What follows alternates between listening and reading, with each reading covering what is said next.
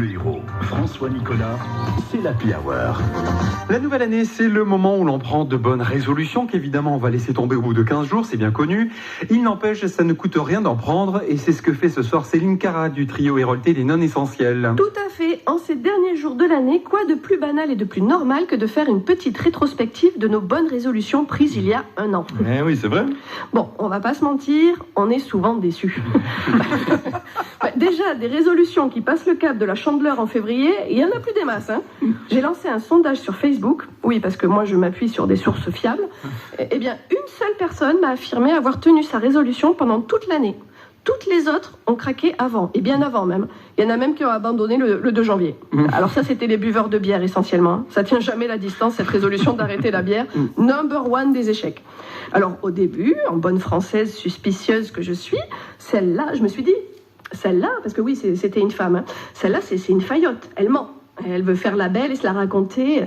Oui, moi j'ai tout à fait réussi mon objectif. Je m'y suis tenue toute l'année. Je suis fière de moi. Je supporte pas les faillots. En plus, ça fait péter. On a à l'antenne, Céline. Et oui, quoi, mais c'est pas vrai? C'est pas la question. Ouais, enfin bon, bref. Revenons sur la faillotte. Du coup, je l'ai contactée et je lui ai demandé c'était quoi cette bonne résolution que tu as réussi à tenir? Parce que si c'était de l'ordre de toujours remplacer le rouleau de papier toilette quand il est vide, ça, je le mettais pas dans mes stats. Et donc là, il me répond « J'ai décidé de prendre soin de moi et de n'accorder de l'attention qu'aux personnes qui le méritent. J'ai assez perdu de temps avec des gens qui me tiraient vers le bas ou qui me faisaient du mal. » Donc là, j'ai pris une seconde pour traduire, réfléchir et faire une enquête sur Facebook, la Bible digitale. Et en fait, la nana est célibataire depuis 5 ans. Et donc cette année, elle a continué de le rester en fait. Alors je lui demande confirmation. Je dis, tu veux dire que tu n'as pas trouvé de mec bien cette année, c'est ça? Oui, voilà, c'est ça. Mais tu as cherché? Oh oui, j'ai fait beaucoup de rencontres, mais aucune ne valait la peine d'aller plus loin. Et là c'est terrible, parce que moi, mon esprit perfide a fait le reste. Est-ce qu'elle n'aurait pas essayé de se caser en vain toute l'année et que du coup, elle cache son échec par la réussite de sa bonne résolution? Je me pose la question, mais je sais, je suis horrible, je suis une mauvaise personne. Mais c'est elle aussi qui a commencé à me gonfler avec son air de schtroumpf à lunettes. Moi, madame, j'ai réussi à tenir ma bonne résolution. Vous voyez bien que ça gonfle les faillots, là. Attention, c'est... Mais j'ai rien dit, oui. J'ai rien dit. C'est toi qui anticipes. Enfin bref, moi, ma rétrospective, elle va être vite vue. Parce qu'en fait, moi, j'ai arrêté les résolutions, les bonnes et les mauvaises.